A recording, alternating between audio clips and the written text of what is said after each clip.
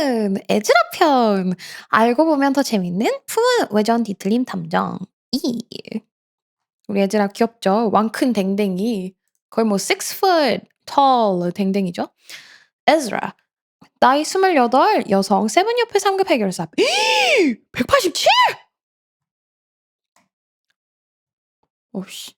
공방무기맨이야. 탐정님 몰래 쿠키 하나 꺼내 먹기. 야 진짜 왕큰 짱큰 댕댕이잖아. 오씨. 의뢰비 협상 개싸움 개싸움. 생일이 1월 27일 좋아하는 것 비싸고 성능 좋은 무기 달달한 커피 혹은 케이크 등 소독물 집 해맹팡팡 겨자맛 샌드위치 싫어하는 것 모제스가 생각하는 시간 동안의 기다림 하지만 이해는 하고 있다. 꽃 알레르기가 있다. 되게 댕댕이 같잖아. 기다려 이러면은 꼬리 사랑사랑사랑사랑 언제가 멍 이러는 것 같아서 너무 귀엽다. 이해는 하지만 기다리는 게 힘들다는 게.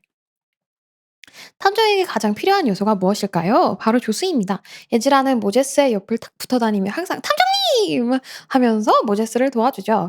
에즈라라는 LCD 부서의 팀원이 우리가 적극적으로 모노리스를 회수할 때 도와주었다. 조금 철이 든 돈키호테 같은 사람이었다.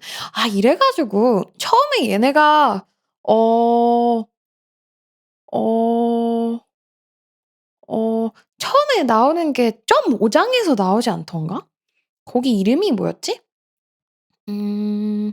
육향골당 그 단어가 너무 어려워 가지고 계속 생각만 하고 있었어. 뼈를 취해서 아니 살을 떼어서 뼈를 어떻게 하더라? 막 거기서 나왔을 때 다들 깜짝 놀랐던 게 그거였구나. 그것 때문에 그렇게 화들짝했구나. 평소의 성격은 키 큰 돈키호테이며 구장에서도 보았듯이 말이 정말 많습니다. 말이 정말 많은데 얘가 정말 말 많은 걸 싫어하잖아. 어쩌냐? 조수가 말이 많은데 말 많은 애를 싫어해서? 에즈라의 왼쪽에 메고 있는 가방은 차원 가방인데 공방 무기 덕후라서 안에 수납하고 있다는 설정입니다. 구장 전투에서 무기를 계속 바꿔서 때리는 게 이 설정을 따르기 때문입니다. 장난감 안에 들어있는 댕댕이 같네요. 티탐에서는 무력이 약한 모제스를 엄호하며 같이 싸워주는 역할로 자주 나옵니다. 어퍼컷 한 방에 머리를 날려버리는 에즈라. 야. 사실 메인 주인공이 모제스라 에즈라의 시점으로 서술되는 소설은 아니기에 에즈라가 뒷함에서는 3급 해결사 치고 꽤 강하다는 설정과 모제스 옆에서 조수로 사무실 돈 관리, 의뢰비를 협상하는 역할로 자주 나옵니다. 다만 모제스 프로파일을 보면 소음과 시끄러운 사람을 싫어한다고 적혀 있는데 모제스가 에즈라를 데리고 다니는 이유가 있습니다. 디틀린 탐정 37화 2142번째 우제트 대원입니다. 쓸모없는 걸 데려왔군. 디아스님의 추천입니다. 떠밀려온 아이인가. 저기요! 음이 건조한 말트. 예의라고는 없는 행동. 뭐지 얘들아? 우리는 적을 죽이기만 하면 되는 것 아닙니까? 이 일에 의문이 드니 선호하는 무기는 뭐지? 뭐든 상관없습니다. 거만하군. 몸만 믿고 나대는 건가? 적어도 땅딸막한 당신보다야 강하겠죠. 난 바로 에즈라의 얼굴에 주먹을 날렸다. 에즈라가 곧바로 일어나서 내 머리를 향해 발을 돌려찼다. 나는 가볍게 피아노 명체에 주먹을 꽂았다. 아이는 바로 몸을 움츠렸다. 내가 가르치는 것은 우제트의 일원이 되기 위한 것이다. 알겠니? 아이는 여전히 분한 듯 눈물을 흘렸다. 그리고 다음에는 나를 대장이라고 부르도록. 에즈라가 과거 모제스가 이끌던 우제트 팀의 대원 중 한 명이었기 때문입니다. 버릴 수가 없나 봐. 어떡해. 나 이 글만 읽어도 울컥해. 내가 이래서 림버스를 못해 얘들아. 설정만 읽어도 림버스는 너무 슬픈걸. 림버스 안 할 거야. 다 때려쳐 와장창. 내다 던져 안 해. 예전에는 지금과 모습이 달랐으며 아래 전문을 보시면 모종의 사건으로 모제스가 우제트 전멸 사건에서 에즈라와 한희준이라는 인물만을 간신히 살린 걸 알 수 있습니다. 37화 나는 우제트 대원의 모든 이름을 기억한다.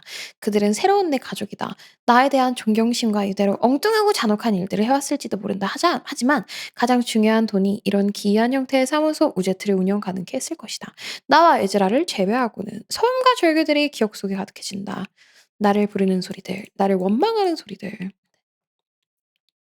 이 끔찍한 것들을 보게 하기 위해 에즈라, 한이준 너희만이라도 그래 보이겠어. 또한 모제스가 그랬던 것처럼 에즈라도 본인만의 전쟁 PTSD에 시달리고 있습니다. 마음속 뒤틀림이 발현한 에즈라. 에즈라, 성실하지만 자신에 대한 믿음이 부족한 아이. 에즈라는 매일같이 다른 가면을 쓰고 있었다. 나는 가면 위에 나타나는 표정밖에 읽을 수 없었기에 에즈라의 진짜 표정이 무엇인지 모른다. 하지만 가면에 나타난 표정 그대로 에즈라를 받아들이기로 했다. 나는 굳이 아이의 뒤틀림을 억지로 해결하려 하지 않았다.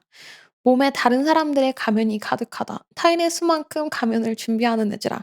그리고 가면의 수만큼 감정을 준비하는 에즈라. 그 속은 폭풍같이 몰아칠 것이다. 야, 둘이 거의 PTSD가 한 쌍을 이루어 버리네. 밖에서 드러나는 모든 모습은 장이 방어 기제로 속은 문드러졌지만 늘 가면을 써서 연기하는 중입니다. 과거 연기 전쟁에서 PTSD와 뒤틀림 현상을 직접적으로 겪고 있기 때문에 지금 그대로 가면을 쓰고 살아가는 중인 것. 작중 모제스가 스스로 수명을 깎는 푸른 숨이나 위험한 일을 할 때만 본래의 성격을 드러냅니다. 원래의 성격은 산초랑 비슷할지도. 엄청 밝은 게 오히려 엄청 우울해가지고 밝은 걸지도 모르는 캐릭터구나. 인게임 패닉 유형으로도 이러한 점을 볼 수 있습니다. 자기 방어 가면. 너무 마음 아픈 캐릭터다.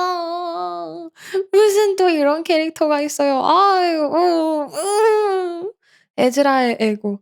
베스파의 왼팔에서부터 노란 섬광이 몇 번 전멸한다. 노란 궤적이 닿는 곳마다 갑옷이 피어난다. 궤적은 갑옷을 베어내지만 깊게 베지는 못한다. 에즈라의 신비는 철저히 자신을 지켜내고 있다. 에즈라의 뒤틀림이 자기 방어 기제에 인한 가면이든 여기서 에고 또한 어떤 공격이든 자동 방어하는 갑옷입니다. 베스파와 싸우며 타인의 힘으로 잠시 발현한 능력이며 엄청 강한 1급 해결사인 베스파의 모든 공격을 다 막아낼 수 있는 성능을 가졌지만 베스파의 작살 국리르에 뚫리기도 했습니다. 일단 에즈라에 대한 설정은 여기까지. 야 이거 너무 좋다. 가면성 우울증 느낌이네요. 그니까요. 이런 캐릭터인지 몰랐어요. 야 구장 알기 전에 알았더라면 더 좋았을 것 같아. 구장 읽기 전에 했으면은 구장 보고 얘네들 싸우는 거 보고 내가 봤을 때는 거기서부터 눈물 뚝뚝이었을 것 같아. 아니 근데 사실 그러면은 너무 피폐했을지도 모르겠다. 안 그래도 구장 겁나 많이 울었는데 구장 보면서 막 더 울었을지도 모르겠어. 알고 보면 재미는 있는데 알고 보면은 눈물 더 나는 슬픈 품은 외전. 자 다음 편 한번 들어가 보겠습니다.